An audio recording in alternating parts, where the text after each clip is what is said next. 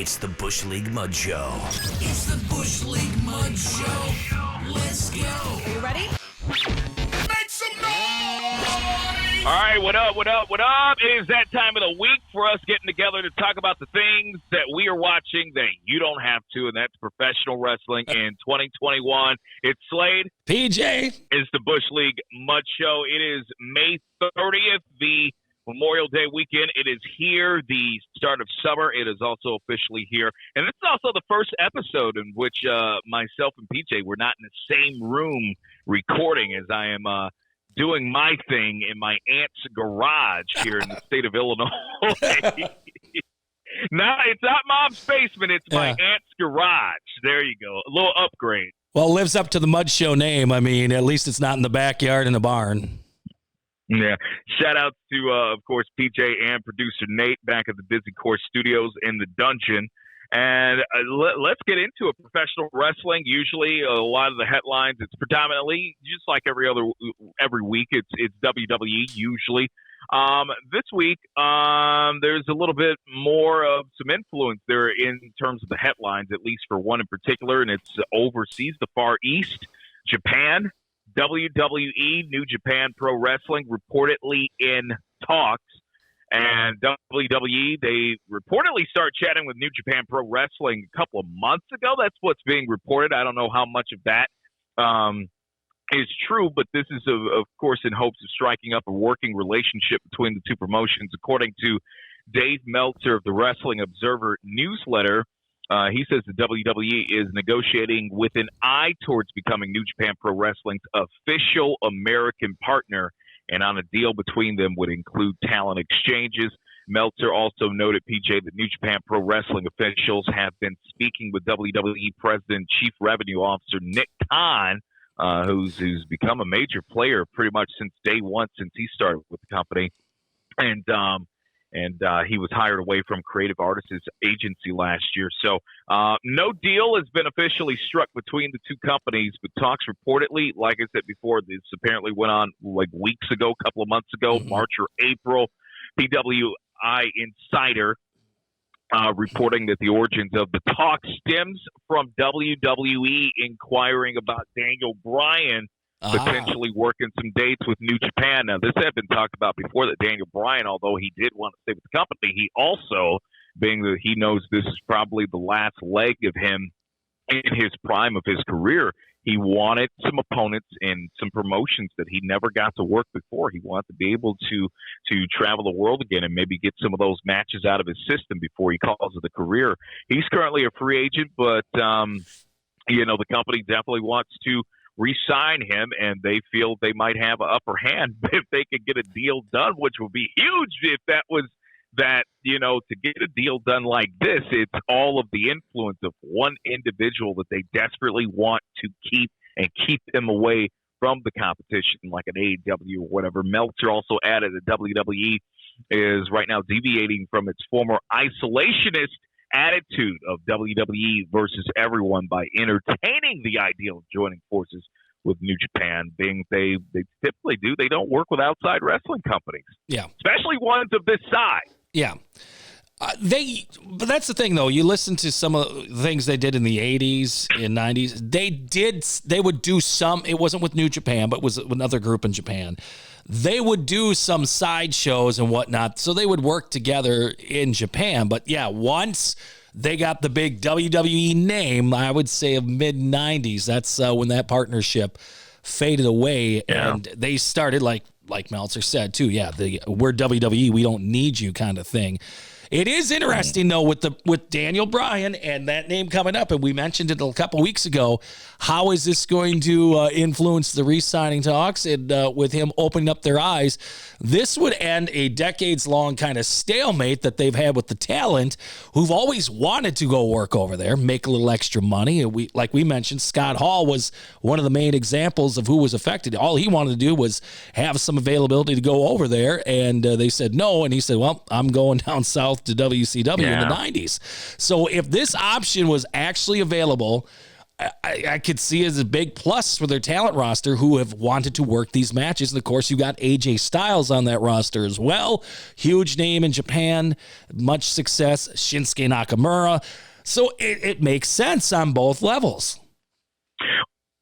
The talent where WWE storyline-wise, they don't have any plans for, right? The catering squad, as we like to call them. You got a lot of talent that are there. There's nothing in the works for them. It allows them to, if they have somewhat of a name, it allows them to go over, maybe make an appearance or whatever, get some ring work in, work some opponents they haven't worked before. Maybe fresh storylines come out of that for New Japan. But this is one of those things, PJ, I have here.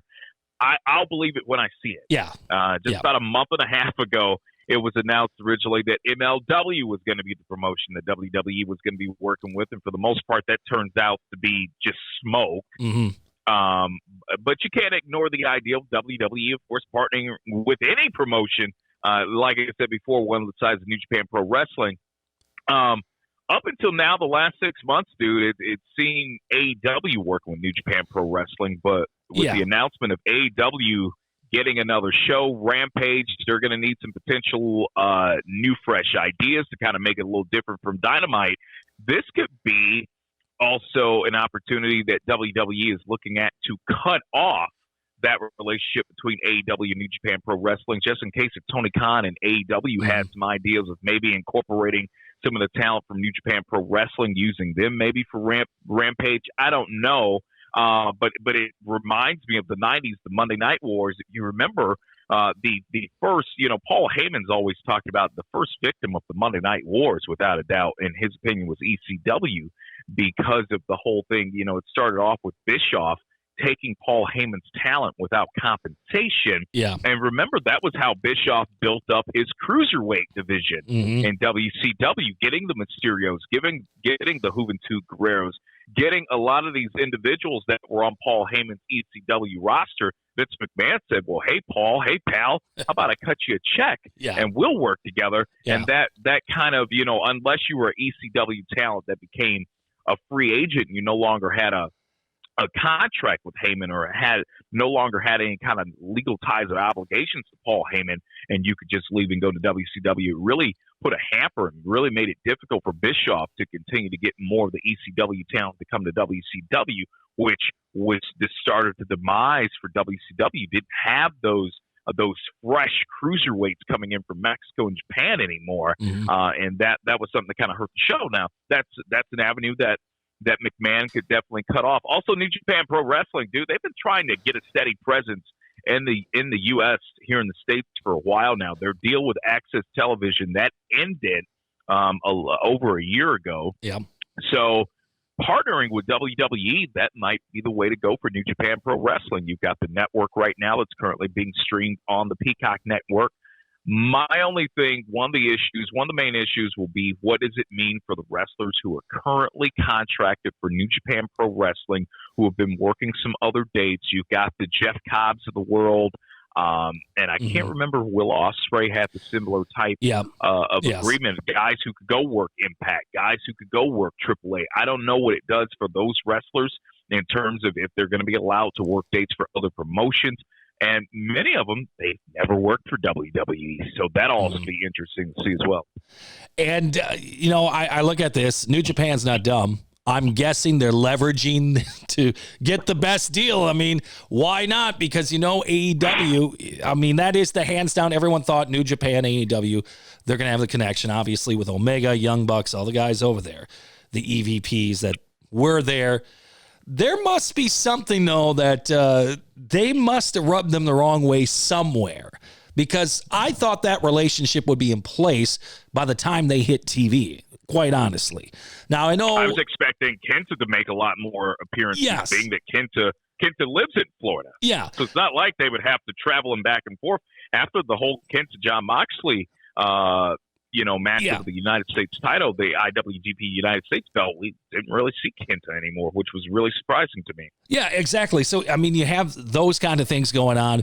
But I would think they say, hey, we're going to talk to WWE, see what we can squeeze out of AEW, get a little more talent exchange. And I know Tony Khan has, mentioned all the stuff they've done. In fact, You want to do this now or not?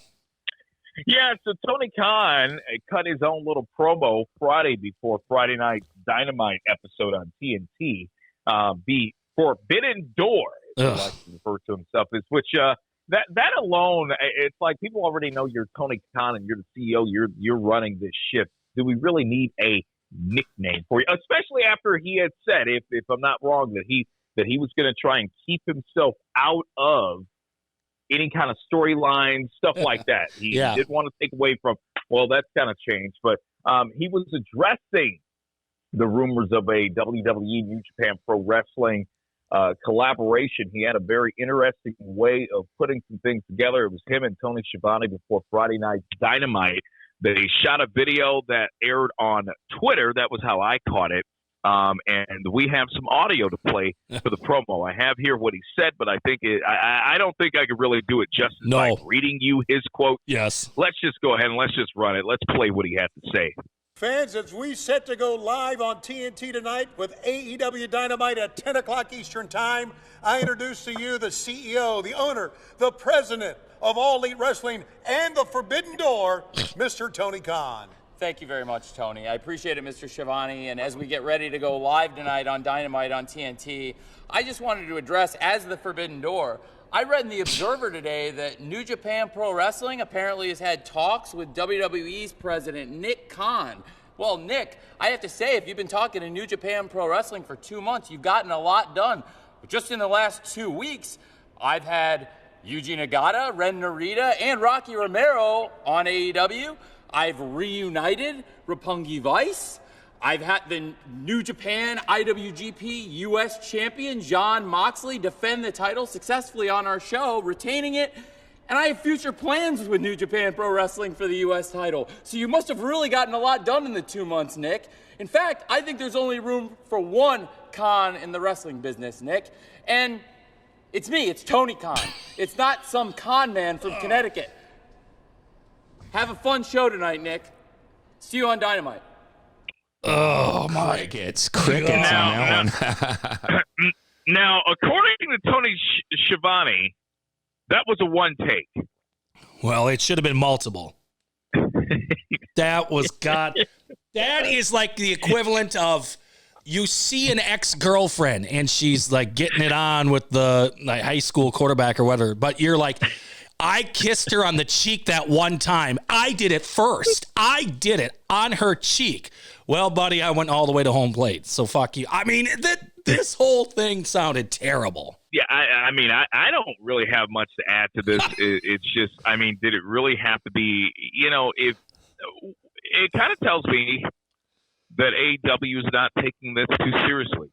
Because if it was serious, then I would imagine that you wouldn't shoot a video like this. I don't know. You would actually put out a press release. You would actually put out a statement, wouldn't you? Professional press statement. I think the other way. I think their feelings are a little hurt. From hearing all that sounds like a jealous ex-lover. I mean, that's what it sounds like. He was just so opposed that they would actually be talking together, even though that's what you do in business every day. You look to do this and, put one against the other. So I think he's a little upset that even this is going on. And look who reported it. One of his top resources, The Observer, he mentioned it right by name. I think he was a little love-scorn. Now, some people, of course, took some issue with the promo. Some people calling it cringe. Some people laughing at Khan. They're tired of seeing him do these promo-like videos. And there were a few that actually stuck up for him. One was Taz, and the other was Tony Schiavone, as I'd seen before. Well, they got to kiss the boss's ass. Tony, I mean, they got to kiss the owner. Yeah. Through Twitter, Tony Schiavone said, quote, "If anyone watches this video and still claims that Tony Khan can't do promos, then you don't know that then you know that person is full of BS." Yeah. He said that was a one take, by the way. Yeah. So, as you said, it probably should have been multiple takes. But there you go. WWE, New Japan Pro Wrestling. For me, I'll believe it when I see it. So now he's just with the nickname thing, though. He's got to be like Callus, because Callus is the golden voice, right, or whatever the hell it is, the microphone. Correct. So now he has to have this, the fourth wall, or whatever the hell it is, his nickname now. And a guy that, like you said, didn't want to get involved in storylines, but here he is again. Well, I feel like if your promoter is going to have a nickname, then he better be a heel. Hasn't he been pretty much marketing himself as a babyface the entire time? Exactly. Okay. And that's the thing. Right. You've got Callus as a heel already on your program, and now you're going to have the actual owner kind of be portrayed, as a heel, or, do heelish kind of takes. I mean, that's kind of weird. WWE went on to, on Friday, they announced 3 additional cities for the 25-city summer tour. July 16th they're going to be SmackDown. That will be the first that will kick off. That'll be in Houston. But then they also announced during Friday's SmackDown episode that on July 23rd for SmackDown, they will be at the Rocket Mortgage Fieldhouse, or the former Gund Arena in Cleveland. Monday, July 26th, Raw will be at the T-Mobile Center in Kansas City.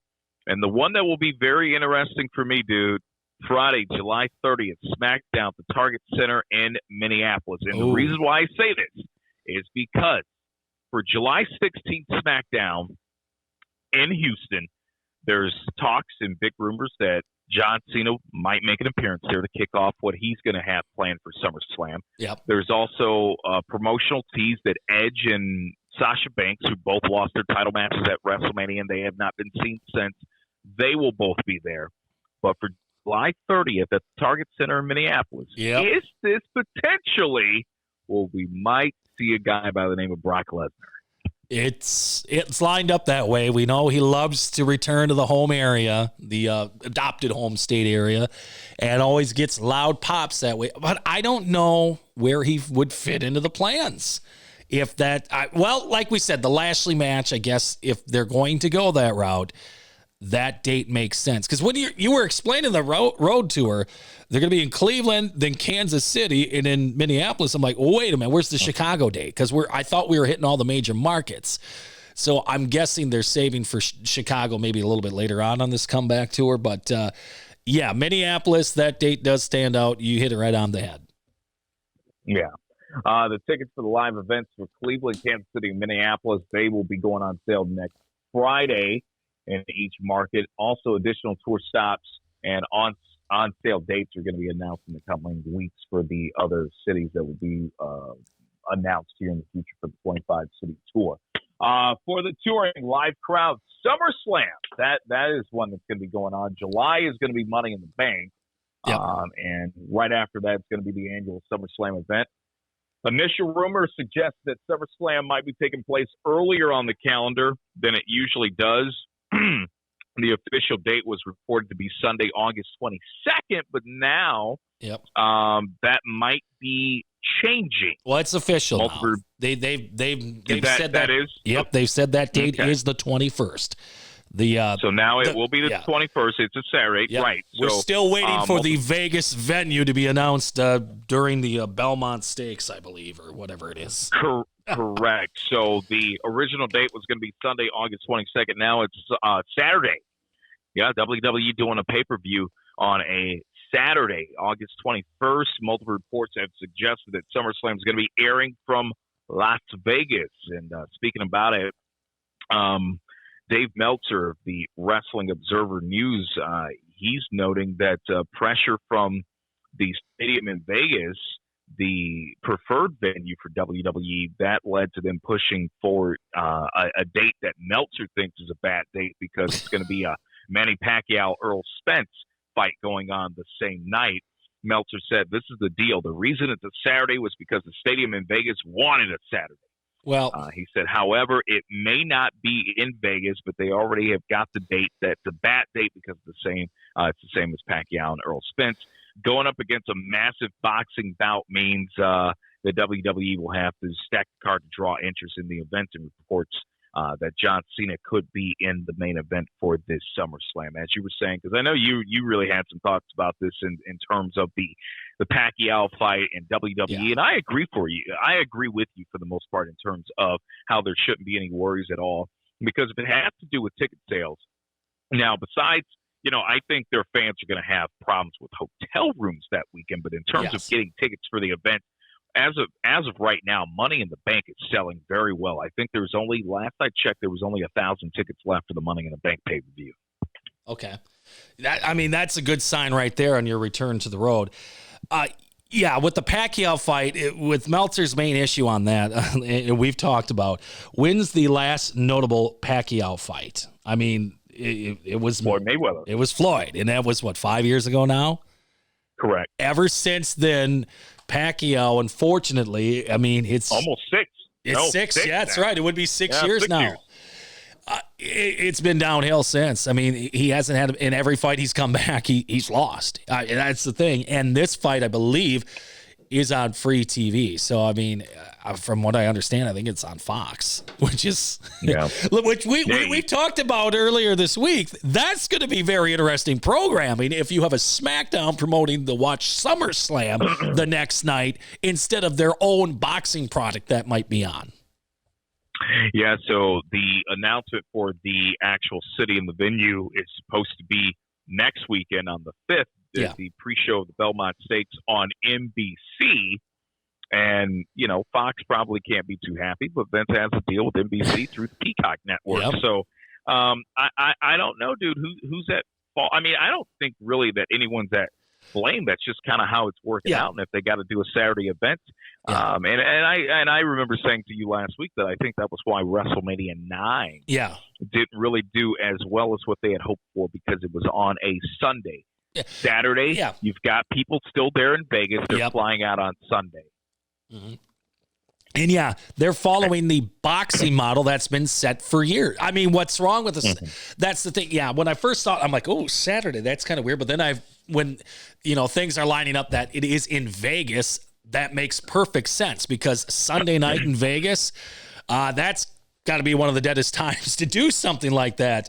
Unless, now that the Raiders are there, they'll have football there on Sundays and whatnot. But I'm saying that tourist crowd that is usually hanging around is leaving town Sunday at 10 a.m., getting the heck out of town for losing their ass or whatever the hell's going on that weekend of fun in Vegas. But that's why Saturday night's prime time for them, especially with did you hear the rumor host, by the way?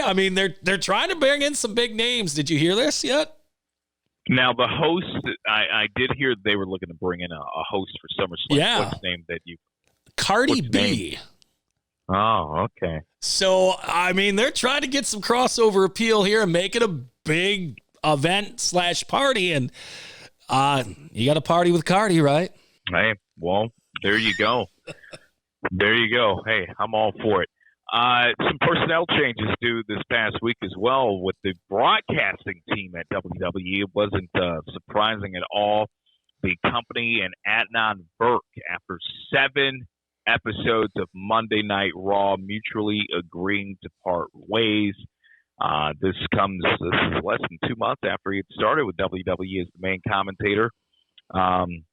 He started immediately the night after WrestleMania 37, became the main play-by-play voice with the new trio. It was going to be himself, Corey Graves, and Byron Saxton. He is a representative, he represented before by Nick Khan. He and Nick Khan had a pretty good relationship. Adnan Burke, his credits that he's mostly known for right now, he's currently at MLB Network, before then ESPN. I thought, dude, he was doomed from the start. We've talked about this before. This was something that Adnan Burke, even from what I understand, knew that this was a strong possibility. This may not, work at all. They might catch lightning in a bottle, or he might not be there all that long. And the latter prevailed, and this was something that I felt that he did the absolute best he could, given that he had zero experience calling professional wrestling matches. It was a little – I won't say that it was – I think for me the roughest part was the with a few of the moves, here and there, messing up there. Yeah. I get it. It's forgiving. Live TV is no joke. No. I talk about that all the time. Live TV is no joke. And for a guy that didn't really have much experience to begin with, and then you just throw him to the wolves on live TV on a major network, calling one of the biggest brands in the world in terms of action-packed. It was just, he is a great play-by-play announcer, just not for professional wrestling, and he tried it, and you can't take that away from him. And that's the thing. He came from the fan background, so you can't say he didn't know anything about wrestling. He was a fan. He's tweeted about it in the past, and why not? I mean, it was a natural choice. Give it a shot, see what happens. A fan that's in that line of work, and I mean, it's few and far between. So may as well give it a shot. And like you said, unfortunately, it didn't go his way. And, he's never had a producer like Vince McMahon. It's not like we're going to the Mariners A's highlights. And then after that, we're going to be talking about NFL football preseason matchups. No, in his ear is, God damn it, pal. We got to start pushing that. You can't say title. You got to say champion. I mean, and it's not pro wrestling, pal. It's sports entertainment. I mean, you got to think of that too. Was it kind of like the producer Nate here? Sorry, interrupting. The obscure, minus the obscure jokes from Dennis Miller on Monday Night Football. Was it kind of like that? It's kind of, I guess it was kind of like that. They were trying to look for us. Yeah. The everyman, the every fan. Yeah. In this case. Okay. Sounds good. Yeah, this is, he had some very glowing things to say about Vince McMahon. He said that he had been getting good feedback from Vince, but let's face it, Vince is driving him nuts being in his ear. Yeah. And then I also think too, with his already steady obligations with the MLB network and WWE getting ready to head back on the road. Yeah. I think this was truly a mutual parting of ways, because they're getting ready to hit the road. He's probably, being on the road going city to city, it's probably going to interfere with the MLB network obligations, and it just wasn't working out, and he feels, that's more of his natural cup of tea. He tried it, didn't work. Hey, we move on, we part as friends. Now, the person that he replaced that people thought would be slid back into the spot, Tom Phillips. Yeah. There was news that came out later on that week in regards to him. So for the individuals that thought that Tom Phillips would be taken back over for Monday Night Raw, calling it play-by-play, well, boy, the WWE put a damper on that immediately. Yep. As the WWE reportedly has let Tom Phillips go. This is per Wrestling Inc.'s managing editor Nick Hausman, who noted on the Wrestling Inc. Daily on Thursday that there was another major departure that was going to be expected for the WWE commentary team, which there ended up being. We'll touch on that here in a second. But Phillips, he originally signed with WWE. Now, the company has yet to officially announce this or put this on their site or anything. And there might be a reason behind that. I'll touch on that here in just a tad. But he signed with the company back in 2012. Came over, PJ, from, if I'm not mistaken, I believe the Big Ten Network. Yes. He was doing some stuff in the past with Penn State Athletics, and then he was working for the Big Ten Network. Correct me if I'm wrong. And then he signed with the WWE. He's done work on just about every WWE TV show. That includes NXT, 205 Live, Main Event, Raw, and SmackDown. So definitely one of the more well-rounded commentators that they had there. He had also hosted WWE YouTube and the network shows, and has been doing some behind-the-scenes work as well. Now, he recently changed his social media handles to show his real name, which is Tom Hannafin. Yeah. Or is it Han or Hannafin? How would you pronounce it? Tom Hannafin. Hannafin, I think, yeah. Okay, now his bio right now, he's no longer Tom Phillips on. So he changed the name, but he didn't change what he does, or at least he kind of switched that up. So he at least still has in his bio that he's connected to the company. in another way, I guess. I guess so. Now, who is going to be replacing I gotta Burke say, as the new? Yeah, go ahead. I just, with the Phillips thing, I wonder, because he's been in, I guess, bad in the doghouse since WrestleMania, but I'm going to take this back to last WrestleMania. Do you think he got in the bad graces because of the call of that Orton edge fight that basically was supposed to, that falls count anywhere match, but they made him and Saxton made it sound like a golf outing. I mean, they were they were almost damn near whispering on the phones. So on the call, I mean, do you think that got him in that much deep water that Vince just said, that just was stuck in his craw this whole time and said, well, damn it, pal, you're gone? Well, I would hope not, because I think if that were the case, then they would have gotten rid of him a long time ago. I think they called it the way they were told to call it in their ear. Yeah. Vince was in their ear for, you know what I'm saying? Yeah. So I can't get on Phillips and Saxon for that. I think they called it the way they were told to call it. Yeah. I'm sure that, if they were told to amp it up a little bit, get more energetic, they would have done that, because Vince is in their ear nonstop. So I don't think that was the case, but I do think it could be possible that he may have asked for his release after the Burke thing didn't work out. With Nick Khan's boy. Khan didn't want him in that spot anymore. Burke came in. It didn't work out. Phillips maybe tried one last time to get that spot back. They said, we're going to go in another direction. He may have possibly asked for his release from the commentary team altogether. Who knows? Yeah, I mean, that just popped in my head. I'm like, okay, well, was it, we know sometimes Vince has things just stuck in his head and he just can't get past them. And that's how he marks that guy. I mean, Kevin Owens forever was haunted by that match with Jericho at WrestleMania. And now it looks like he's finally maybe past that point. So I'm just saying things stick with Vince for a while. Now, who will be replacing Burke and Phillips altogether as the play-by-play voice of Monday Night Raw? It will be former UFC Bellator color commentator Jimmy Smith. He will be starting this Monday, actually, with Corey Graves and Byron Saxton. WWE, they made the announcement on Wednesday after the news of Smith's role was first confirmed by the Wrestling Observer. Now, Smith, he joined the company WWE earlier this year. Mm-hmm. And he started with pre-show panels for WWE's NXT brand while also working as commentator during a match on a recent NXT show. Now, he's been reported, as he's been working with Michael Cole behind the scenes. Cole's been training him for a possible announcing role with the company. And there you go. Smith is now the new voice of Monday Night Raw. Prior to his job with WWE, Jimmy Smith, best known for his work with Bellator, where he served as the lead analyst for a better part of 7 years. After that, he joined UFC. He was only there for about a year, but he joined UFC back in 2018. And in addition to his current duties with the company at WWE, he also currently hosts a radio show on Sirius XM. So over/under on how long Jimmy Smith lasts as the play-by-play guy for Raw before Vince makes another switch. I'll give this one I give it 15 months.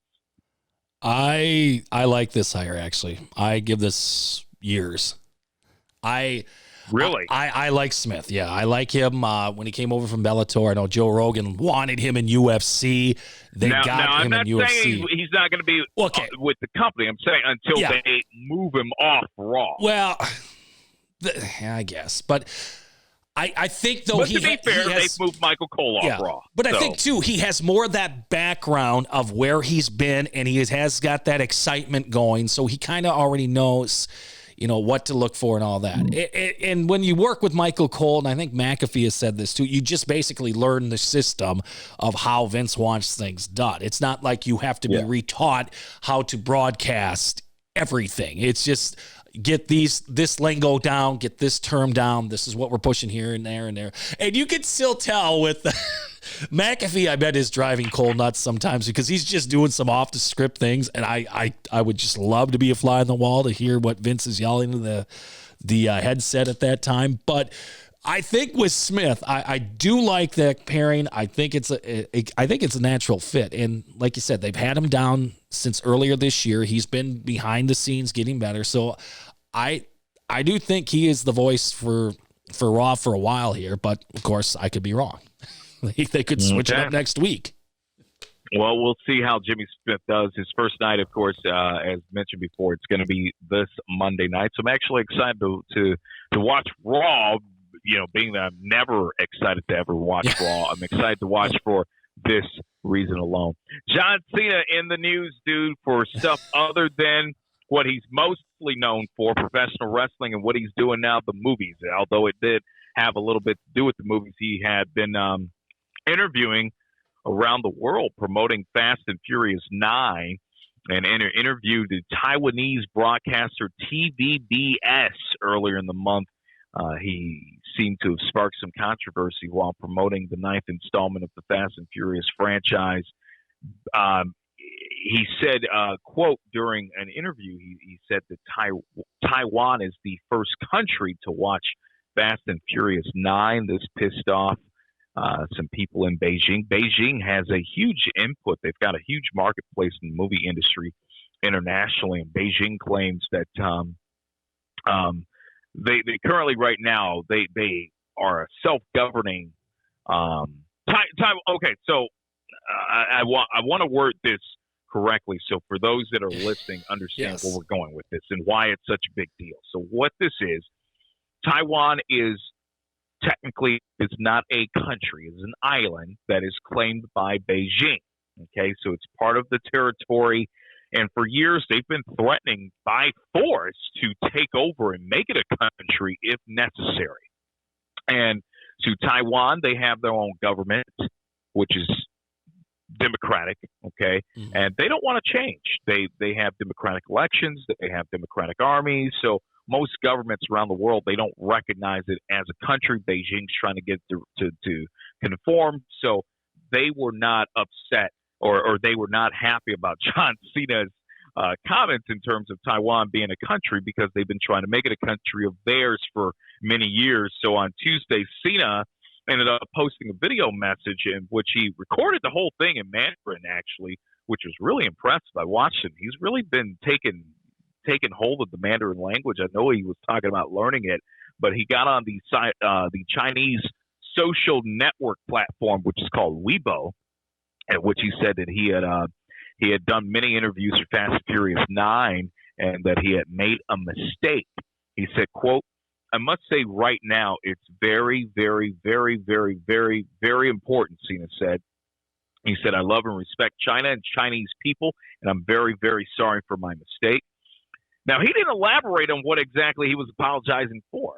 He didn't directly mention Taiwan at all during this, but it was a make good on Cena's part. He has a pretty considerable presence on this Weibo platform, PJ, and apparently I guess he's got more than 600,000 followers on it, and he had been learning Mandarin for several years. Now, some people said that they didn't feel that it was genuine and that he was just throwing it out for damage control. Now, was it for damage control? Absolutely. As I mentioned before, Beijing, they hold a huge marketplace internationally when it comes to film and television. Now, when you talk about was it disingenuous? I think for a guy to do the entire apology in Mandarin, I think that speaks to, I think that was pretty genuine. He didn't have to, I think that's going above and beyond, but it is said that WWE was not happy about the apology, and Cena got backlash from the company because of it. Dude, you already know what this is. They had no control over it. This wasn't them telling Cena to apologize. This came from an outside company. Cena apologized. They have no control over that, and that's what the company's most likely not happy about. This whole thing, I've tried to wrap my head around it. It's just I understand when Taiwan's like, we're not our own country, or, we're separate from China and whatnot. But the whole thing, and then everyone gets an uproar over here that he apologized to China. Well, what the hell is he supposed to do? I mean, the film just was released in China. They want to make money with the film. The film was just released. It's, in fact, number one in China right now. It has been setting records. In fact, I'm looking at a thing here. Fast and Furious 9 setting records right now in China with the release. So he's not going to say, screw you, China. Don't see the movie. Like you said, they are big backers in Hollywood. He had to come out and say, "I'm very, very sorry." There's no doubt about it. And as I said last week, it is a mistake that many people make. I have to correct myself a lot in terms of Taiwan not being an official country. We've all, I think a lot of us have done it before, and I think he made a mistake. He recognized it is something that it's not, and hopefully this doesn't ruin it. And this is a guy who's brand new. He's a brand new, fresh face in Hollywood in terms of it. He doesn't want to ruffle any feathers. He wants to, try to make as many people happy and appeased as possible. And, this is his way of trying to smooth that over. So, Billy Kay, how about that transition? We go from John Cena apologizing to China to Billy Kay. Billy Kay, or her real name, Jessica Kay, but formerly Billy Kay, WWE, the Iconic. She recently spoke, dude, on the split of the tag team with Peyton Royce, which, if I'm not mistaken, I believe I saw that she is now officially with Impact Wrestling. I believe she has officially signed with them, or is she just making some dates? Are you up to speed on that, dude? Do you know anything about that? Well, it would make sense with the tie-in video we saw last week to promote, the pay-per-view coming up in July. So I guess with the preview, that makes sense. That goes hand in hand. Okay. Billy Kay, she spoke out on the split of the Iconic. She did an interview recently with Busted Open Radio, and she commented on it. And she argued that WWE had made a big mistake by splitting her up from Peyton Royce, and commented on how the duo of them individually, they just completely struggled once they had to do it on their own. She said, quote, "I think splitting us was I think they thought they knew what they were doing by breaking us up, but I don't think they really understood it because we are different," said Kay. "Individually and together, it's night and day, and I think for entertainment purposes, it's just so different. And after they split us up, we were struggling. I had no idea who I was. You just took away not only my best friend and my tag team partner, but she was like my comfort zone, my support system. And that was kind of stripped away. And I was like, I don't know what I'm doing. Who am I?" On the podcast, she also went on, she noted how she didn't know who she was as a singles competitor. So it was hard for her to adjust to that part of her career in the company. And look, we've seen this time and time again. The Iconics, it's nothing new. They're not the first in terms of a tag team prematurely split up just for the hell of it, only for the company to not have plans for either. Usually if you split up a tag team, it's because you have in mind that one of them can go off and make something of themselves as a singles competitor. And we were, told, or at least the dirt sheets were leaking when they originally split this team up, that Vince had big plans for Peyton Royce. Big fan of Peyton Royce. Yeah. That went nowhere in a hurry, and before you knew it, she was in another damn makeshift tag team. Yeah. And you think Billy about Kay never was a good worker, and they had nothing for her, and then she got herself over with the gimmick. With the gimmick. Yeah, the interview gimmick. Yeah. I the could, resume. Yeah, the resume. That's it. I can see where she's coming from, because you think about those two, they've been working together forever. They came over from Australia together at NXT, worked their way up. They were always, friends and worked together the best. And all of a sudden, this one day, they say, "We're going to split you up." Just all these years of hard work, putting it in. It just, I could see where you could be lost like that, because all of a sudden you're like, well, now what the hell do I do? I'm used to this, and it's harder to get used to that. The other problem too, another reason, you were kind of getting to it too. They hot shotted them right away. They put them in the championship picture. They won it. What was that, Mania, or the night after Mania? A couple of years ago, they won the tag team championships. So where the hell do you go from there? Right away, when you're somewhat recently called up, they shot them right to the moon, and then they had nothing for them after that.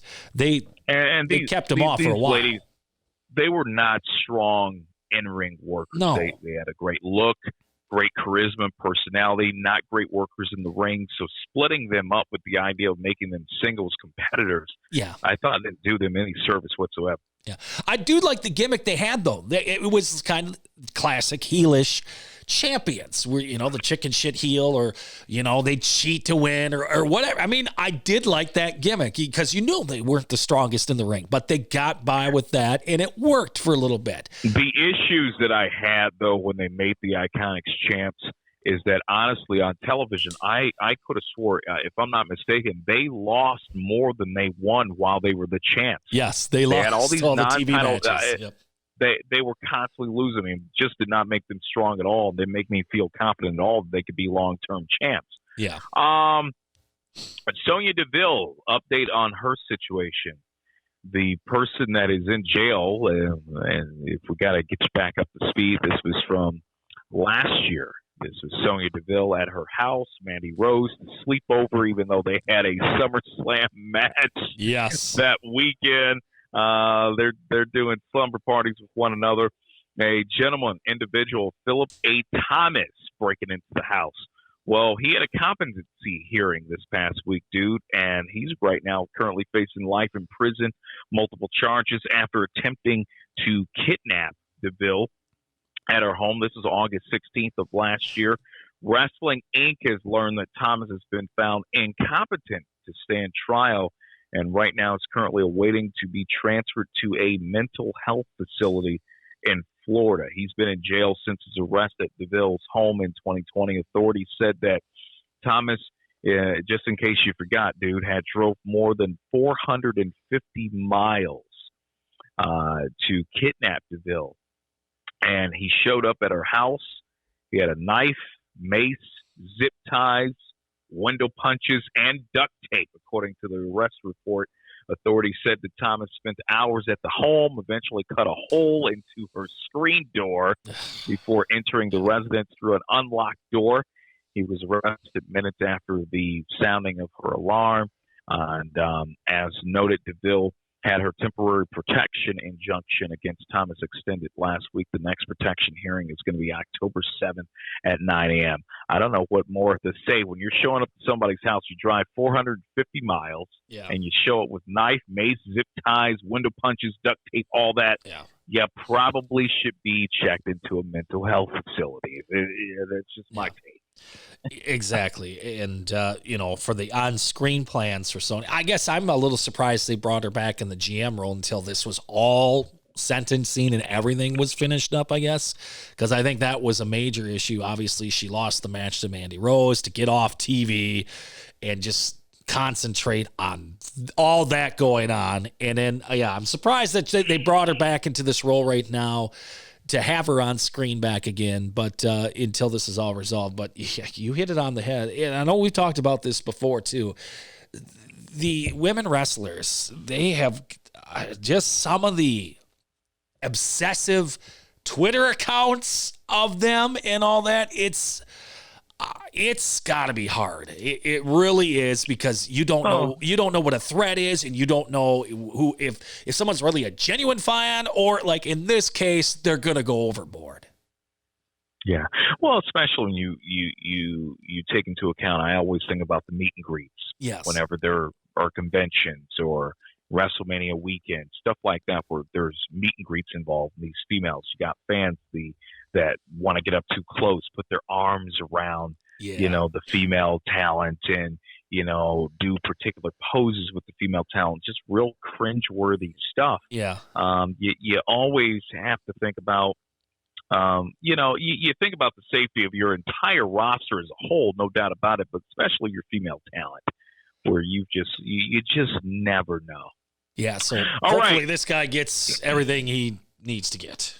Let's do a quick rundown here between WWE Raw and SmackDown from this past week, starting off with Raw first. This, of course, still based around Bobby Lashley's title. The Universal. Is he the Universal champ, or is he the Raw? What? I'm confused on the belts here right now. Which one does Lashley have? Is the WWE champ, from what I understand. Okay. Yes. Roman's the Universal. Oh, yeah. Yes. That's what happens when you have two world champs in the company. Yes. Slade, PJ, it's the Bush League Mud Show. Producer Nate on the ones and twos. They are at the Dungeon, Disney Core Studios, and I am remotely in my aunt's garage in Illinois. So that's how we're doing it for this week, May 30th. All right, so let's get to the highlights of the show. Drew McIntyre, Kofi Kingston, they had a battle for the number one contender at Lashley's title. McIntyre, he interrupted a Lashley and MVP promo that opened the show. We see Lashley coming back out with the ladies again, different set of ladies for this week, and it's actually becoming one of the most over things on Raw, one of the most must-see things about this show. The champ coming out with different women every week now. That's what we're going with. Yeah, as my 9-year-old says, hey, he's out with the chicks again. Yeah. McIntyre taunted Lashley for losing to Kingston in the main events. On last week's Raw, the win came after McIntyre's help. This brought Kingston and Xavier Woods out. Kingston taking issue with McIntyre taking credit for the win. McIntyre, and also with McIntyre's seemingly endless amount of championship rematches, so they kind of called him out on that. The two argued. Adam Pearce, he comes out. He announces that the two will face each other, and the winner would get a shot at Lashley's WWE Championship at the upcoming Hell in a Cell pay-per-view. Now, with that match, between the opening segment, dude, and this match that ended up being about 45 minutes. I believe this match alone was about 23, 24 minutes. Yes. The segment to open the show was about 20 minutes.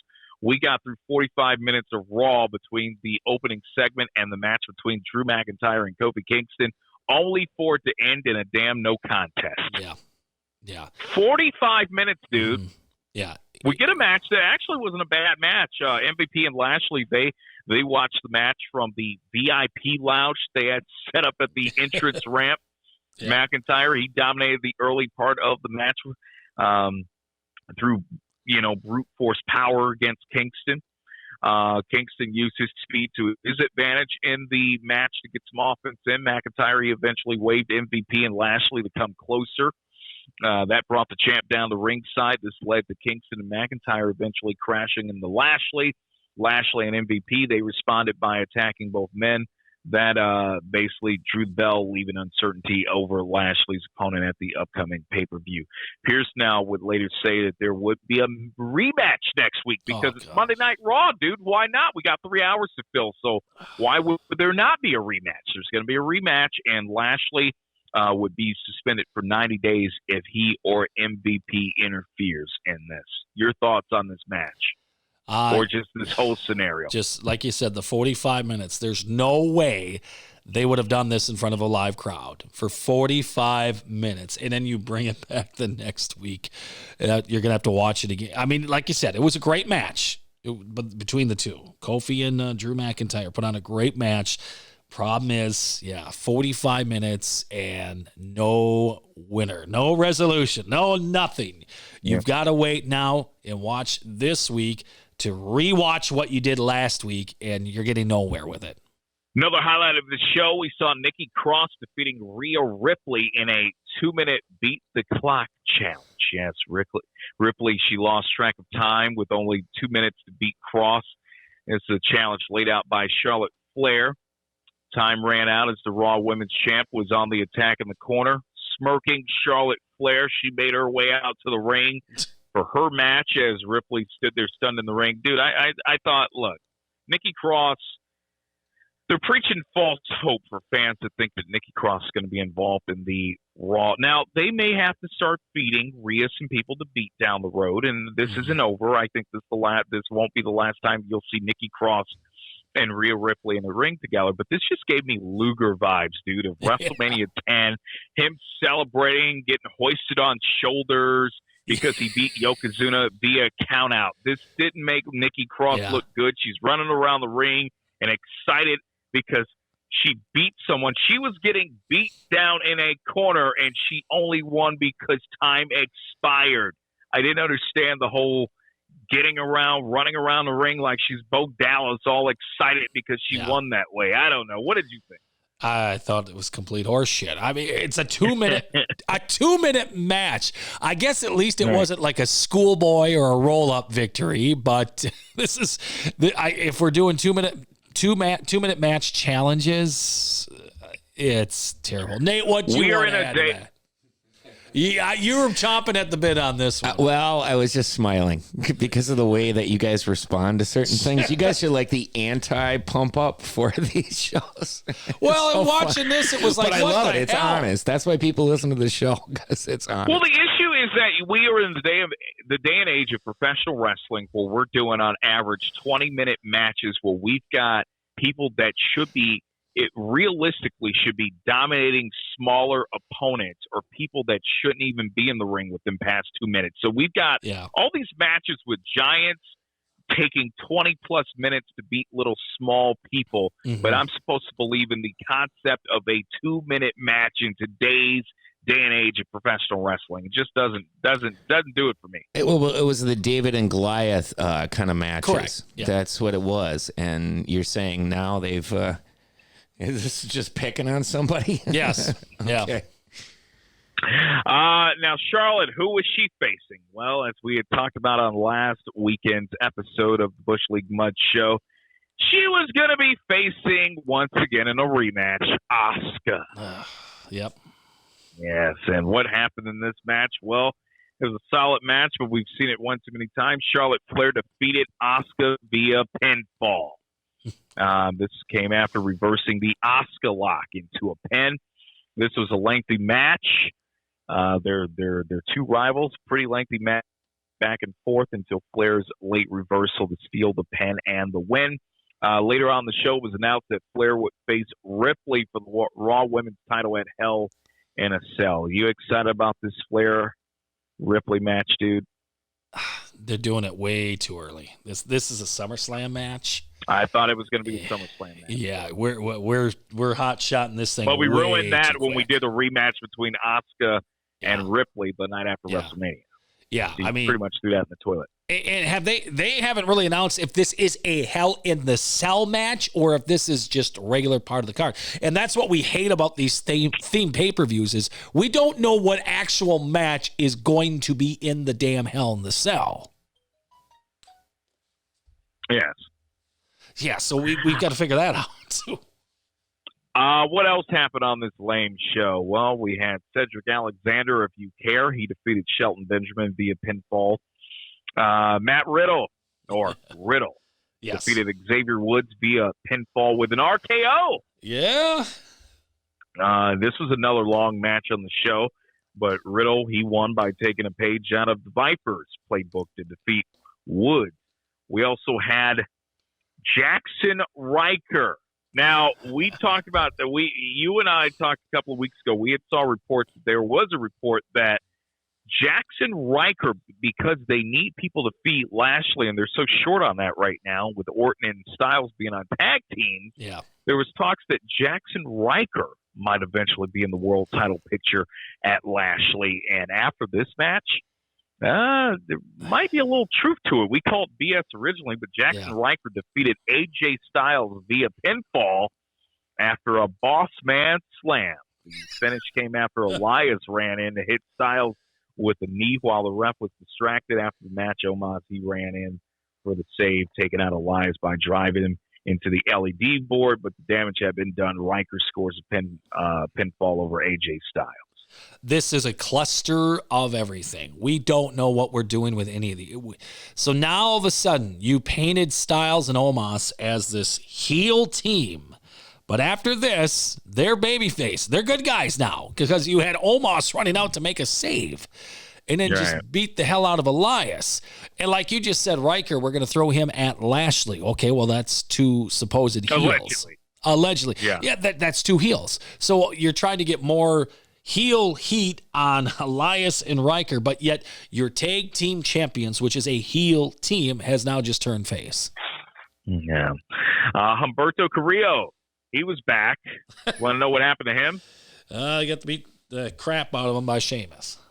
Yeah, he lost. Sheamus beat him, though. He beat him by pinfall with a pin while holding Carrillo's tights. Think about that. Oh, that's you need right. the big, badass, almighty Sheamus having to beat Carrillo by holding the tights. Sheamus continued to attack Carrillo after the match before Ricochet ran in for the save as Sheamus was trying to lock Carrillo in the cloverleaf. Well, I guess that's our three-way match for Hell in the Cell because we didn't know which direction it was going for the three-way match for that pay-per-view. So at least we got that one pigeonholed and figured out. Now we sat there through the evening wondering, okay, what are we doing for the main event tonight? Well, the main event ended up being the tag team championship match, the women's tag team championship, the champions Natalya and Tamina facing once again. Because it's Raw, why not do another rematch? Shayna Baszler and Nia Jax. Uh-huh. Natalya and Tamina, they defeated Baszler and Jax by pinfall when Natalya pinned Baszler with a small package. Before the match, Baszler told Reginald in the back to stay away from ringside. That, of course, only lasted until a few minutes into the match. Reginald showed up, caused a distraction. That caused Baszler's pin to fail to get the win before she told him to leave once again. So Baszler had this match. We got to a point there where we had a climax. It looked like a climax, although we all knew that Baszler and Jax were not going to win the titles. Yeah. Reginald, he was a distraction. She couldn't get the pin. She was upset. After they lost, Reginald, he was told to go back to the back. Yeah. And we're like, okay, this is how we ended Raw. We got a little bit of time left. What's the payoff from this? Is Baszler and Jax finally breaking up? What is this? Well, we see Reginald going up the ramp, and as he gets towards the top, fire shoots out from around the entrance ramp. Yeah. Well, actually, was the fire shot actually before the match officially ended? Yes. I think that was what. Yeah. So that was the distraction. Baszler. Yeah. Yes, that distracted Baszler. Natalya scores the win. There you go. Anyways, well, something Reginald's doing a horrible selling job on the fire. Baszler comes to him, asks if he's okay. Once he says he'll be okay, then she basically jerks him and challenges him to a match next week. So it is official. You are going to get a Reginald Shayna Baszler match next week for Monday Night Raw. And I think the payoff was supposed to be more of a Bliss angle there with her showing up again. But I know she had some, tragedy where her pig died. Larry Steve, her popular pig, passed away. So I can't remember. Did you just get that pig? Yes. Yeah. And I mean, that I could see because she was really, real emotional. So I don't think she made TV that night or she wasn't available. So I think that's how they booked the ending that way, where she wasn't seen on at the thing. So yeah, heart's condolences going out to her because she had him and she would always show him on, Instagram and all that and all the good stuff. But yeah, that was kind of sad. Well, hearing this, I really hope that no one writes in the question Jim Cornette once took off a date because of his rat. Exactly. See, you can't. Yeah, not taking shots like that. That's for real. That's a true story. You can't blame her for that. Yeah. No. Yeah. So hopefully he doesn't get on her about that. Yeah. All right. So SmackDown. What do we have? Well, I was excited about this for a particular reason for Friday Night SmackDown. I came in, I ran, I told you, I said, this is what I like about it. SmackDown, for the first time in a long time, has me excited with an opening segment towards a match. We saw an opening segment between the Street Profits and the Usos, and these are two teams, dude, that I've been wanting to see them work together for a while. Two teams, they have charisma. They're both very talented on the mic. And this was something that was set up last week with Jimmy setting this matchup for both he and Jay Profits, with the opportunity of potentially being number one contenders towards the tag titles that are right now currently still being held by Ziggler and Rude. Great opening segment, dude, to just get you ready for the match, I thought. Yeah, we loved the promo work. We knew two good teams that could use the mic, and that's where the hype came in. And that's the thing we're always talking about. If you have two good individuals or teams in this matter that can go back and forth on the mic and talk you into the match, that makes us all much better. Even if they're not the best workers in the world. I mean, there were times The Miz would talk me into, okay, I'm excited about his match coming up against Shane, because I remember that a couple of years ago. We're like, oh, damn, he's taking on Shane McMahon. But they did a good job reeling you into that match. And whenever you have two good talkers going at it, it's fantastic. And this, like you said, it bought this hook, line, and sinker.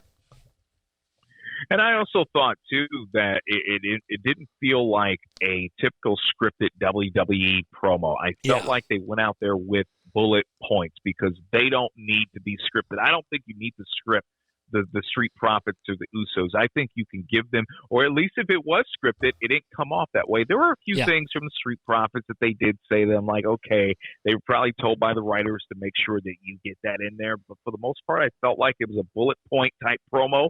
They talked smack. and it got me excited. I knew what I was going to get out of this match. This was, I thought, a pretty solid match. The Usos end up defeating the Street Profits via pinfall. Now, the story behind the Usos being back together as a tag team is, at what point is Roman going to just put the kibosh on this? Because right now he's in Jay's ear, and the Street Profits made that a point during their promo that Jay has been letting Roman Reigns control him. And so this is a pretty good match. Jimmy Uso, he hits Montez Ford with a super kick before the match. We talked about it with the promo here, what I have here in my notes. They took some shots at the family. And, this basically puts them in the driver's seat. Later on that night, they're in the back. They chat with Adam Pearce, and Adam Pearce agrees that the Usos deserve a title match. So well, it was more of it was more of Jimmy chatting, which I found that funny. That Jimmy was all let's do this. We're going to do this. We want this title match, and Jay's in the background with the hesitation, and I thought that was good too. That build there. And let me stand corrected here, because I forgot that Ray and Dominic are now the tag team champions. It's no longer Dolph Ziggler and Robert Roode. My apologies for that. Anyways, we got a rematch between those teams on SmackDown, with the Mysterios prevailing victoriously against Ziggler and Roode via pinfall to retain. The show came back pre-match commercial break. Ray on the ground backstage, having been attacked. Roode and Ziggler, they're in the ring, saying that it should be a forfeit if the Mysterios couldn't compete, leading Dominic to say that he would step up for the family the way that Ray did so at WrestleMania Backlash. Dominic dominated early, made a little brief comeback. Tides turned again. Ray made his way to the entrance ramp. That allowed Dominic to steal the pin with a roll-up. The Usos then came to the ring to confront the champs as Reigns watched backstage. Roman Reigns watches backstage as the show came to an end. So that was your main event for SmackDown this past Friday night. What else happened on this show? Well, we have the tag team champs, the women's tag team champs, Tamina and Natalya. They were victorious against the Riot Squad via pinfall. Tamina, she pinned Ruby with the top rope splash. I thought that originally that Ruby Riott was supposed to be the strong person on the Wyatt squad, meaning she would not be the one getting pinned. Yeah. Well, maybe they thought Liv Morgan has taken too many, in the last year or so. So we'll have her take one now. I don't know. We also had appearance in action. Carmella getting a shot facing the champion Bianca Belair. That ended with Belair, of course, being victorious. How many times do we need to see Carmella losing to the champ? Yeah, this is... Whether it be Sasha Banks, whether it be Bianca, whether it be whoever's got the belt. Yeah, this whole package for her, it had a lot of good promise, and then they already split the Reginald thing up. And now with this, I guess, do they give her Money in the Bank just to give her another something, I guess? Because you've already botched this presentation again with her, because she's a very strong promo. She's good at that in ring. Well, she's pretty good in ring, and former champion, got that tagline going. It's just, again, they've taken this away from her. We repackaged her only to have a combination of her being off TV or having a losing streak. Yeah. I don't get it. I don't either. Seth Rollins came out. He cut a lengthy promo calling Cesaro out to the ring and then taunting when explaining that Cesaro was not even at SmackDown because of Rollins' attack last week. Kevin Owens defeated Apollo Crews, the Intercontinental Champ, via disqualification after interference from Commander Aziz. Owens got off to a lightning fast start and quickly hit a stunner, but Aziz broke the pin with a Nigerian nail for the DQ. Owens was then granted a rematch because why not? It's WWE. That's what we do now to basically waste time until our pay-per-views. We just do rematches consecutively every week on TV. Mm-hmm. So there's going to be a rematch for the Intercontinental Championship next week with Aziz now banned from ringside, because we haven't done that already. Don't we already have a match with the stipulation of someone being banned on Raw? Yes, we do. Lashley and MVP. So yeah, we just carried over to the next brand.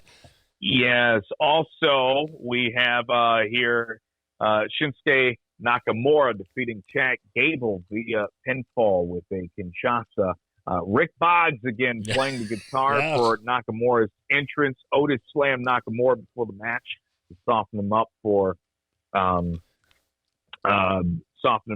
Gable. King Corbin came to ringside during the match, stole back his crown, but Boggs struck from behind and knocked the crown loose for Nakamura to steal it back. Do you care about Nakamura and Corbin fighting over a crown that means nothing? No, but I do care about Boggs. I did, he didn't get a lot of love at NXT or whatever, but I did like the gimmick, the air guitar gimmick. Now that he's actually supposedly playing the thing, I kind of like it a little bit. Okay. AEW news that we have here for you. Not really much going on here for this week, although later on the week, or we got news of this is actually more recent. AEW announcer Willie Urbina has been updated that he has now been let go and released by the company after there was audio that was leaked with him mocking AEW Women's World Champion Hikaru Shida during Friday night's Dynamite, according to PW Insider. Urbina was not aware that his mic was still broadcasting. This actually happened on the Fight feed during the advertising, because this has never happened before in AEW, right? Something goofy happening on the Fight stream. Yeah. Well, anyways, he was not aware that they were still broadcasting on that. Urbina was asked to translate in Spanish the Hikaru Shida ceremony, which was a brand new belt that was presented to her during the segment by Tony Schiavone. It's a brand new belt for the women's title for AEW. And Urbina's job was to translate what Shida was saying in English to translate that to Spanish. Well, what Urbina decided to do was to do a stereotypical mocking of Shida's accent. And as noted, AEW, they gave Shida, as I said before, they gave her a newly designed title during the segment, during the Spanish feed. Urbina caught on the hot mic mocking her, and according to social media, Urbina has been let go, and also multiple publications as well. Urbina has been let go by AEW. Now, whether or not you knew that the mic was hot or that it was on a different feed, it's never okay, especially right now when you've got all the advocacy for Stop Asian Hate and, and this, that, and the other. I mean, you've got all this going on right now. You should know better. And AEW made the right call on this. Well, maybe he was trying to be like their other Spanish commentator, Alex. What's his name? That's now the heel mouthpiece. Yeah, so, I don't know. Yeah, so he was actually on this commentator team. It was a 14 panel. Yeah. Thunder Rosa was also on this. And so when he did it, I heard the audio. Everyone kind of nervously laughed. You know, they were uncomfortable with it. And Thunder Rosa also, you know, told him that he was wrong for that. So they did call him out for it and just say, you know, that was pretty mean and not cool at all. And you could tell they weren't comfortable with that. So AEW originally made a statement saying they were aware of it, and then it came out yesterday that they have let go from the company. So he will no longer be doing any type of commentating whatsoever with the company. Cody Rhodes hinted at some new AEW titles this past weekend.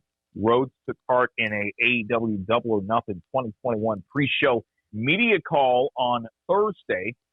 He spoke about a number of topics related to the pay-per-view, but one in particular, he talked about AEW focusing on a new title coming soon to the company.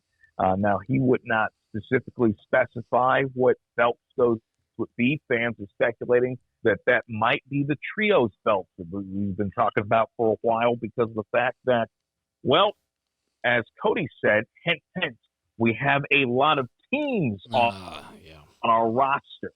So this isn't something that I'm necessarily against. We've talked about this in earlier episodes on the Bush League Mud Show.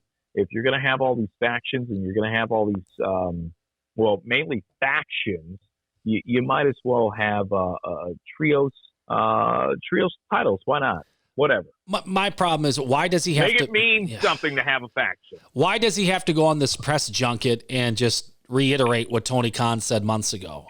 Just to bring, we might have a new title coming up. But yet about 5 months ago, Tony Khan said, yeah, we're looking at bringing in a trio. It's not like you're breaking anything new here. We've already known they've wanted to do the trios thing. They've had all these factions going. It just makes sense. So I don't understand. Well, yeah, I got this hot lead here. We're going to have a new title. It's not the TBS title, but it's this. It's going to be the trios belt, which, again, I don't understand it. And other wrestling news before we get into the Double or Nothing short preview, lightning quick preview for you. Other wrestling news: Marcus Buff Bagwell arrested once again. PJ, the former WCW, they said / WWE star. To me, he was only there like for one match, so I don't ever consider Bagwell to be a WWE star. But most notable for his years in WCW, he had been arrested again, according to the Georgia Gazette. The site notes that Bagwell was booked on May 22nd for giving a false name, address, and birth date to a law enforcement officer. The police report also states that he was booked for speeding, failure to yield when entering an intersection, hit and run, following too closely, reckless driving, driving within a gore or median or emergency lane, driving on the wrong side of the highway, and an open container violation. Now, sadly, dude, this is not the entire list of charges, just the latest in a long line of personal issues, dude, that Bagwell's had here in recent years. If you remember back in 2012, he was seriously injured in the car accident. Police say that he had called his wife to tell her that he was about to suffer a seizure while driving. He was placed on intensive care. He was also involved in a serious car accident last August, and police believe that he was impaired by prescription medication. So whatever it is, dude, if there's an issue there, if Bagwell's got a serious problem, then all I can do is just hope that he really gets the help that he needs, so he doesn't become another tragedy in the wrestling business.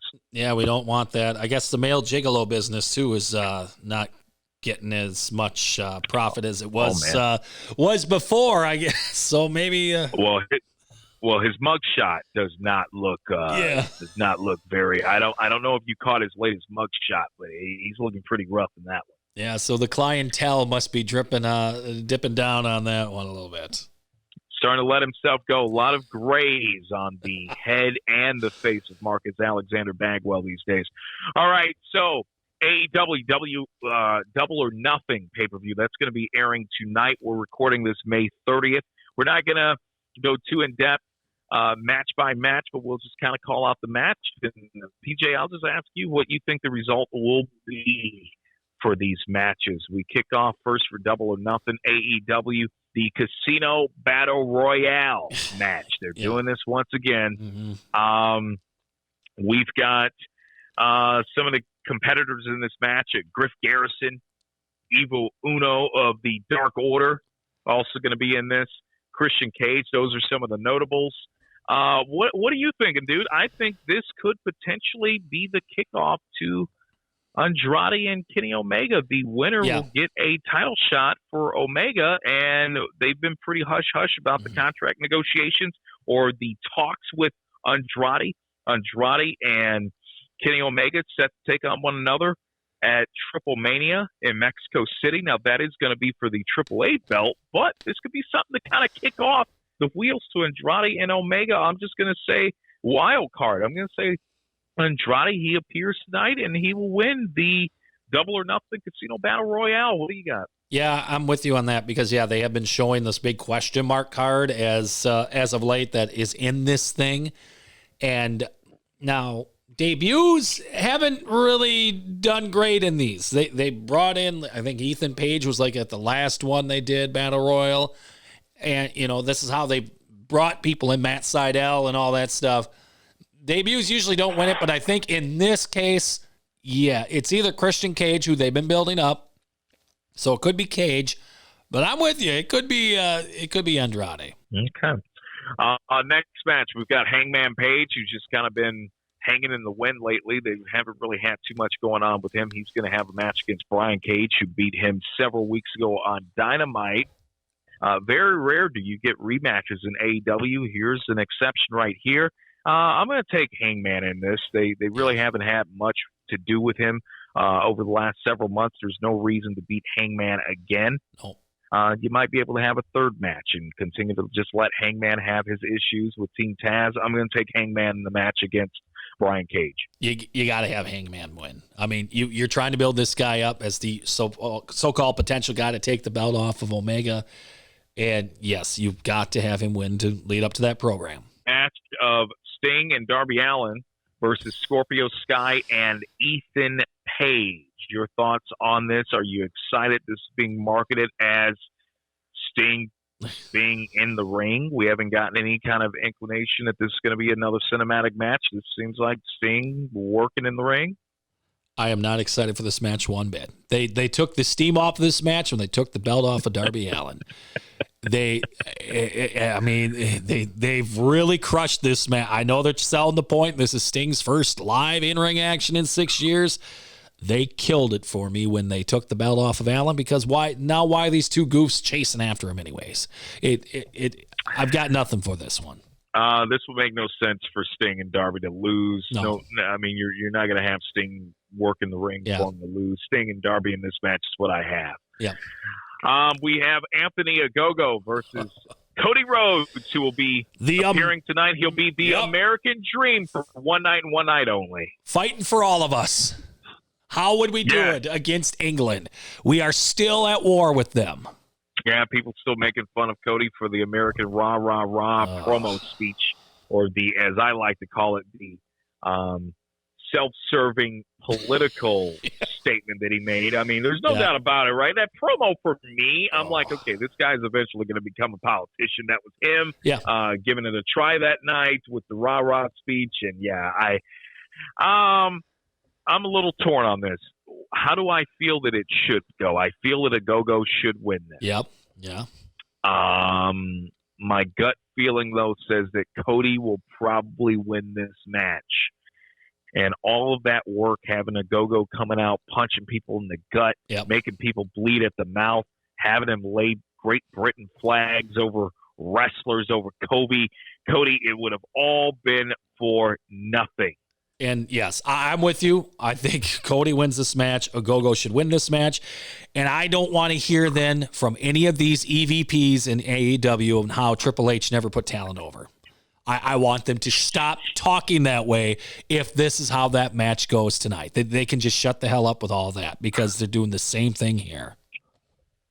Now, Ogogo will be with the QT Marshall's factory, and I haven't heard anything about them being banned from ringside. So if Ogogo does win, then I think we know how it will happen. Maybe some interference from the factory. All right. And this is a match here that I feel is a little too soon. I thought we needed to let Miro breathe a little bit with the TNT title, but we just couldn't wait the night that he beats Darby Allin Ford. We just had to bring out Lance Archer and Jake Roberts. But for the TNT title tonight at Double or Nothing, you're going to get the champ Miro versus Lance Archer. This is a Miro win without a doubt. Yep. I just didn't understand why Archer has to be the first challenger for the belt. And I don't understand why it's on the pay-per-view. Quite honestly, I mean, they have been showcasing that the TNT title should only be on TNT. I think with the exception of the first match with Archer and Cody last year, I believe that's correct. So I think this is a match where you didn't need it on the pay-per-view, and it's way too soon. I'm with you on that. Obviously, Miro I just think of all the people to have as the first sacrifice to Miro having the belt, I don't think it should be a big monster like Lance Archer. No, this should be the guy that's taking it off him, but he's not going to. They booked it wrong. Yeah. AEW Tag Team Championship match. You get the Young Bucks versus Jon Moxley and Eddie Kingston. I will say that I'm actually excited about this match. I don't think that there will be anything about this match that will make me look at it and say that it's going to suck. I never got those vibes. I think this is a match that has me excited from a sense that I know it's going to be a lot of action. It's going to be action from beginning to end. Mm-hmm. And here's the thing. It's a match that I know there's going to be tons of super kicks. There's going to be chairs, tables, all that. But here's why I'm down with it, PJ. Because it'll be on pay-per-view, and it will merit a pay-per-view match, and it won't be done on Dynamite. But have they built this up as a no DQ match? No. Exactly. That's the problem. With all those things they want to use, that would be a disqualification technically. But I guess, with the parties involved, we'll see thumbtacks and doors and tables and chairs. And I see the Good Brothers helping out and screwing over Moxley and Kingston. And I see the Young Bucks still with those titles. I do as well. I still have Young Bucks here, so we're pretty much on the same page so far with how we think these matches are going to go tonight. I also have the Young Bucks still the AEW Tag Team Champs. I can't believe it. They've already been the Tag Champs for over 200 days now. Wow, yeah. I guess I didn't recognize that either. I didn't. Yeah. For AEW Women's World Championship match, you get Hikaru Shida versus Dr. Britt Baker, DMD. Yep. I think there's no doubt about it. They've built this. They've hyped this thing up. They've done a great job with Baker finally after turning her heel. We're finally getting that heel momentum out of Baker that we have been needing for months. I had always been saying that Baker needed to be the champ at some point. If anyone was going to take it off Shida, it needed to be Baker. We've gone through it. We have the brand new belt that we bestowed upon Shida at Friday Night's Dynamite. There's no doubt about it. This, to me, screams that Britt Baker will be the new AEW Women's World Champion after tonight.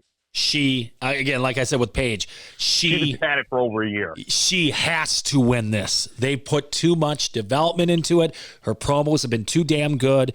The matches she had, the lights out match, the other match against Shida where she broke her nose and was bleeding all over the place. She has been built up as basically an homegrown AEW developed talent. It's time to reward her. Put that championship on her. That's what people want. I mean, when she was doing the promo Friday night, she was getting cheers. And she's supposed to be the heel. So it is her time. If they don't put it on her, close down the division, because you're not going to build anyone else up better than this with Britt Baker the way you have. We have a rematch, another rematch on the show. It will be the Pinnacle taking on the Inner Circle this time in a Stadium Stampede match. God. This one, dude, is a hard one for me because I just feel like now the stipulation for this is if the Inner Circle lose, they must disband. Yeah. I thought that should have been after Blood and Guts because I'm like the Inner Circle, they have nothing else to accomplish as a group in AEW. So I'm a little torn on this in terms of who's going to win. It wouldn't I feel like the Inner Circle has a pretty good shot of winning this, and somehow they're going to try to blow this off with a third match. Oh, I hope not. You can't have the Pinnacle losing this early as a faction. You're already building them up, beefing them up as the new badass heel faction in all of AEW, in all of professional wrestling. I'm going to flip a coin here, and I have heads for Pinnacle, tails for Inner Circle. I'm going to flip it, and as I flipped it, it just came down. I've got heads, so I'm going to go with the Pinnacle tonight for the Stadium Stampede. Inner Circle will be over. It will be no more after tonight. Yeah, I've got Pinnacle in this one too. Fozzy is on tour soon. They want to go hit some dates. This has got to be the time where Jericho's taking time off, right? I mean, it's been a while. He hasn't taken much time off. Even when he supposedly broke his arm, he was on Dynamite the next week. This has got to be the time where they say, okay, Chris, we need you to go away a little bit, because every in Jericho's career, that's what happens. He gets hot, then we need you to go away just a little bit, and then you bring him back. And I think this is that time. They need him to go away a little bit, see what Sammy can do on his own.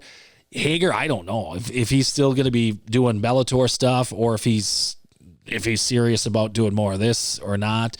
And Ortiz, Santana get back in that tag team picture, because you've wasted this opportunity with all these guys.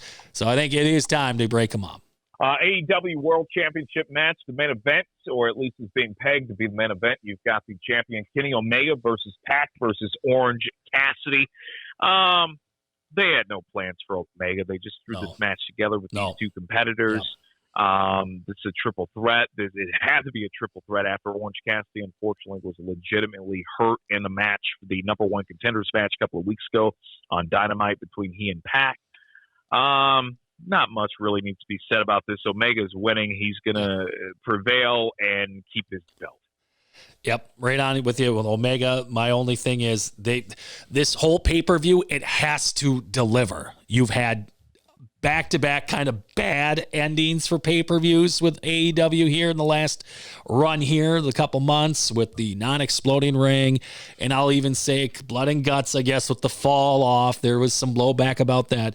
They've got to have a good ending here. A good pay-per-view. And if they're ending with Stadium Stampede, that's got disaster written all over it if they're ending the show with that. So that's why I'm like, they've got to go off with a positive show this week or this time around. The way that this card is being built right now, I will say they have to deliver. I'm looking at this card, dude. There's not like one match on here where I look at it and I think it's going to be a complete snoozer. I think you've got something. Yeah. You've got something in every match. So we shall see tonight. All right, there you go. That does it for you. We are getting ready to check off here. Slade, PJ, the Bush League Mud Show.